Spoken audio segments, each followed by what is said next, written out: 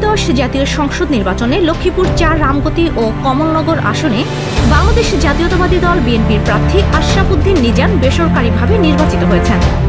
তিনি ধানের শীষ প্রতীক নিয়ে মোট ১,১৪,০২৬ ভোট পেয়ে বিজয়ী হন। তার নিকটতম প্রতিদ্বন্দ্বী বাংলাদেশ জামায়াত ইসলামের প্রার্থী এআর হাফিজুল্লাহ পেয়েছেন ৭০,৭৬৫ ভোট।